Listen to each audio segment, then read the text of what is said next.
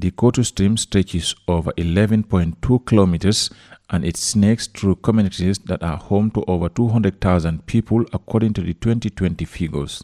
Its waters, restricted by human-built structures, have significantly raised flood risk, particularly for low-income communities residing along its banks. The WACA project aims to mitigate this risk by addressing the root causes of flooding. In doing so, it promises to not only safeguard livelihood, but will also establish a sustainable future for communities along the stream. The project is currently being implemented in 9 countries. In the Gambia, it was launched in 2023 and it will last for a duration of 5 years. It will support the restoration and reprofiling of the 11.2 kilometer stream. This project is also expected to strengthen institutions and policies designed to enhance quality service delivery and build the resilience of affected communities. Dr. Mohammed B.S, WACA Gambia project coordinator, explained that the project holds huge potential, for it is expected to protect more than 200,000 people living in communities along the Kotu stream from flood and pollution. Dr. Sanyang also revealed that the WACA project will also build bridges across the stream to facilitate accessibility, construct drainage systems to reduce flooding, and support livelihood development. He said the restoration and reprofiling will be achieved through a blend of nature-based solutions and innovations that protect the ecological integrity of the stream. Last year, ahead of the rainy season, they did some simulations across the communities, to at least strengthen their preparedness when it comes to disaster, especially flooding. We supported NEA to review the anti-littering regulation, and we're not only stopping at supporting them, but we'll ensure that it is sensitization will take place and it will be operationalized, enforcement of the anti-littering, because one of the great issues we're facing across the stream is discriminate solid waste dumping.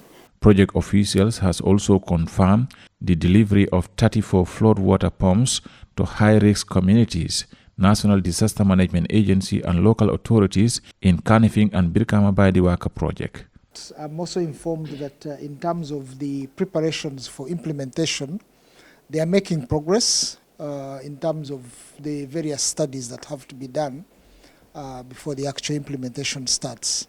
Of course, one other thing that government will need to prepare for is the implementation of the Resettlement Action Plan, and the bank is available to support both at the technical level and any other ways to make sure that we can get that done.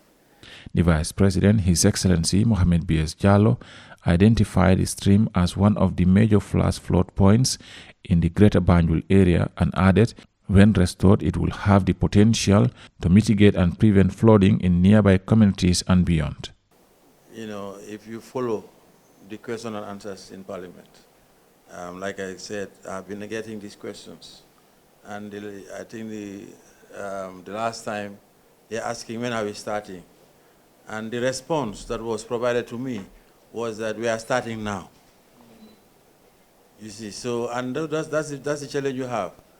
You go to Parliament and you tell them, oh, we are starting the physical intervention now, but based on your presentation, it's not coming now.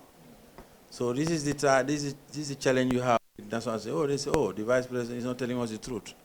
But the Vice President is relying on what the technicians, give him, So that's why I'm glad that this presentation was done. And I think I now have a better idea, of all the issues that are there that have to be addressed. Really, we appreciate the scale of the intervention and the challenges that we face. I think the good thing is that there's commitment at the level of cabinet. If the restoration and reprofiling works are implemented effectively, the 200,000 residents of communities that flank the Kotu stream will be better protected from raging flood waters that often torment them during the rainy season and leave them more prepared for the weather-related effects of climate change, which are increasingly becoming more frequent and ferocious. Reporting for GRTS News, I am Omar P. Jallow.